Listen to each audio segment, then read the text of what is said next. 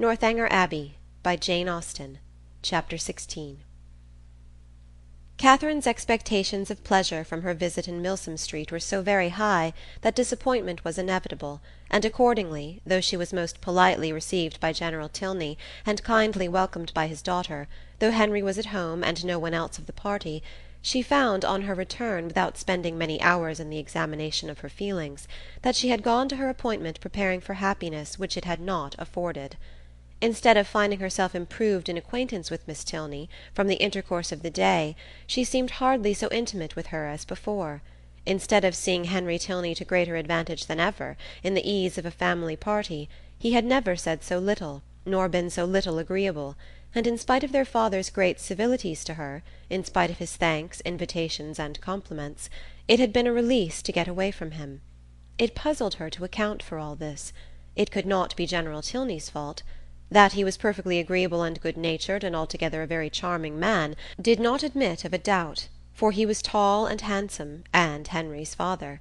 He could not be accountable for his children's want of spirits, or for her want of enjoyment in his company. The former she hoped at last might have been accidental, and the latter she could only attribute to her own stupidity. Isabella, on hearing the particulars of the visit, gave a different explanation. "It was all pride, insufferable haughtiness and pride. She had long suspected the family to be very high, and this made it certain. Such insolence of behaviour as Miss Tilney she had never heard of in her life. Not to do the honours of her house with common good breeding, to behave to her guest with such superciliousness, hardly even to speak to her." "But it was not so bad as that, Isabella. There was no superciliousness. She was very civil." "Oh, don't defend her. And then the brother, he who had appeared so attached to you. Good heavens! Well, some people's feelings are incomprehensible. And so he hardly looked once at you the whole day." "I do not say so, but he did not seem in good spirits." "How contemptible! Of all things in the world, inconstancy is my aversion. Let me entreat you never to think of him again, my dear Catherine. Indeed, he is unworthy of you." "Unworthy? I do not suppose he ever thinks of me."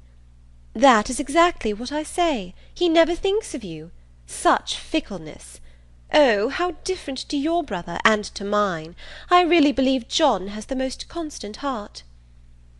"But as for General Tilney, I assure you it would be impossible for anybody to behave to me with greater civility and attention.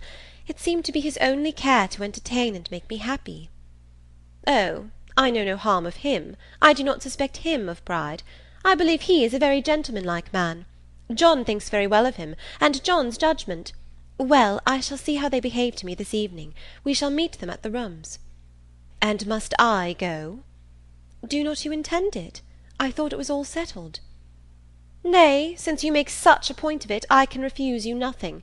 But do not insist upon my being very agreeable, for my heart, you know, will be some 40 miles off. And as for dancing, do not mention it, I beg. That is quite out of the question. Charles Hodges will plague me to death, I dare say, but I shall cut him very short. 10 to 1, but he guesses the reason, and that is exactly what I want to avoid, so I shall insist on his keeping his conjecture to himself." Isabella's opinion of the Tilneys did not influence her friend. She was sure there had been no insolence in the manners either of brother or sister, and she did not credit there being any pride in their hearts. The evening rewarded her confidence. She was met by one with the same kindness, and by the other with the same attention as heretofore. Miss Tilney took pains to be near her, and Henry asked her to dance. Having heard the day before in Milsom Street that their elder brother, Captain Tilney, was expected almost every hour, she was at no loss for the name of a very fashionable-looking, handsome young man, whom she had never seen before, and who now evidently belonged to their party. She looked at him with great admiration, and even supposed it possible that some people might think him handsomer than his brother, though in her eyes his air was more assuming, and his countenance less prepossessing.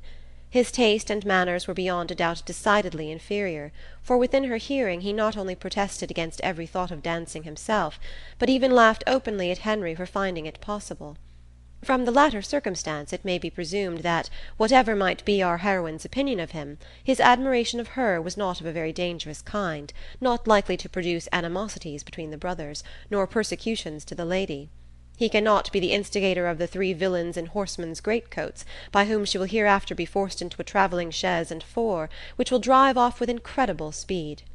Catherine, meanwhile, undisturbed by presentiments of such an evil, or of any evil at all, except that of having but a short set to dance down, enjoyed her usual happiness with Henry Tilney, listening with sparkling eyes to everything he said, and in finding him irresistible, becoming so herself.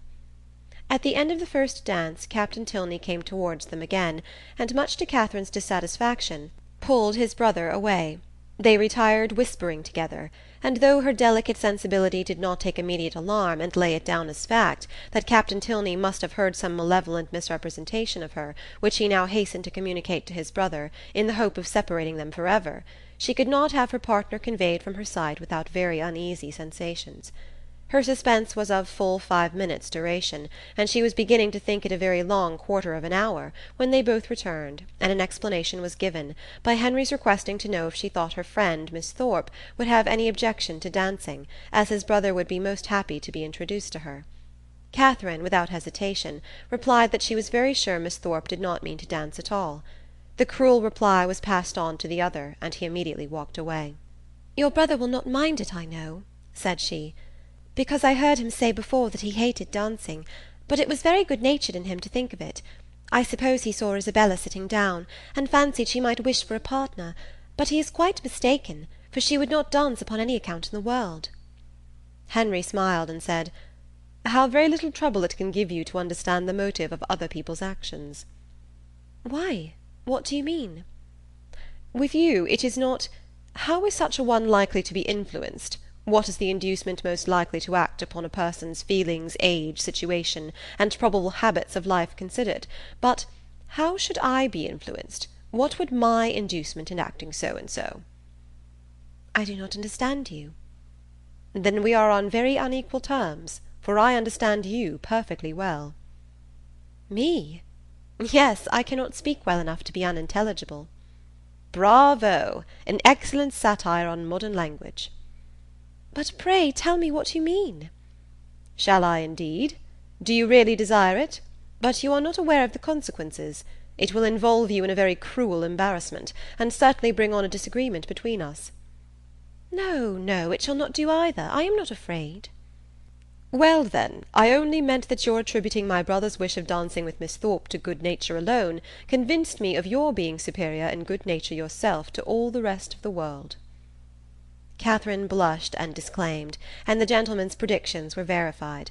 There was a something, however, in his words which repaid her for the pain of confusion, and that something occupied her mind so much that she drew back for some time, forgetting to speak or to listen, and almost forgetting where she was, till, roused by the voice of Isabella, she looked up and saw her with Captain Tilney, preparing to give them hands across. Isabella shrugged her shoulders and smiled, the only explanation of this extraordinary change which could at that time be given, but as it was not quite enough for Catherine's comprehension, she spoke her astonishment in very plain terms to her partner. "I cannot think how it could happen. Isabella was so determined not to dance." "And did Isabella never change her mind before?" "Oh, but because— And your brother, after what you told him from me, how could he think of going to ask her?" "I cannot take surprise to myself on that head. You bid me be surprised on your friend's account, and therefore I am. But as for my brother, his conduct in the business, I must own, has been no more than I believed him perfectly equal to. The fairness of your friend was an open attraction. Her firmness, you know, could only be understood by yourself." "You are laughing, but I assure you Isabella is very firm in general." "It is as much as should be said of any one. To be always firm must be to be often obstinate. When properly to relax is the trial of judgment, and without reference to my brother, I really think Miss Thorpe has by no means chosen ill in fixing on the present hour." The friends were not able to get together for any confidential discourse till all the dancing was over, but then, as they walked about the room arm in arm, Isabella thus explained herself. "I do not wonder at your surprise, and I really am fatigued to death. He is such a rattle! Amusing enough, if my mind had been disengaged, but I would have given all the world to sit still." "Then why did not you?" "Oh, my dear, it would have looked so particular, and you know how I abhor doing that. I refused him as long as I possibly could, but he would take no denial. You have no idea how he pressed me. I begged him to excuse me and get some other partner, but no, not he. After aspiring to my hand, there was nobody else in the room he could bear to think of, and it was not that he wanted merely to dance. He wanted to be with me. Oh, such nonsense! I told him he had taken a very unlikely way to prevail upon me, for of all the things in the world I hated fine speeches and compliments. And so then I found there would be no peace if I did not stand up. Besides, I thought Mrs. Hughes, who introduced him, might take it ill if I did not. And your dear brother, I am sure he would have been miserable if I had sat down the whole evening. I am so glad it is over. My spirits are quite jaded with listening to his nonsense, and then, being such a smart young fellow, I saw every eye was upon us. He is very handsome indeed. Handsome? Yes, I suppose he may. I dare say people would admire him in general, but he is not at all in my style of beauty. I hate a florid complexion and dark eyes in a man. However, he is very well.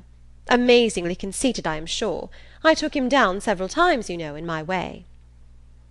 When the young ladies next met, they had a far more interesting subject to discuss.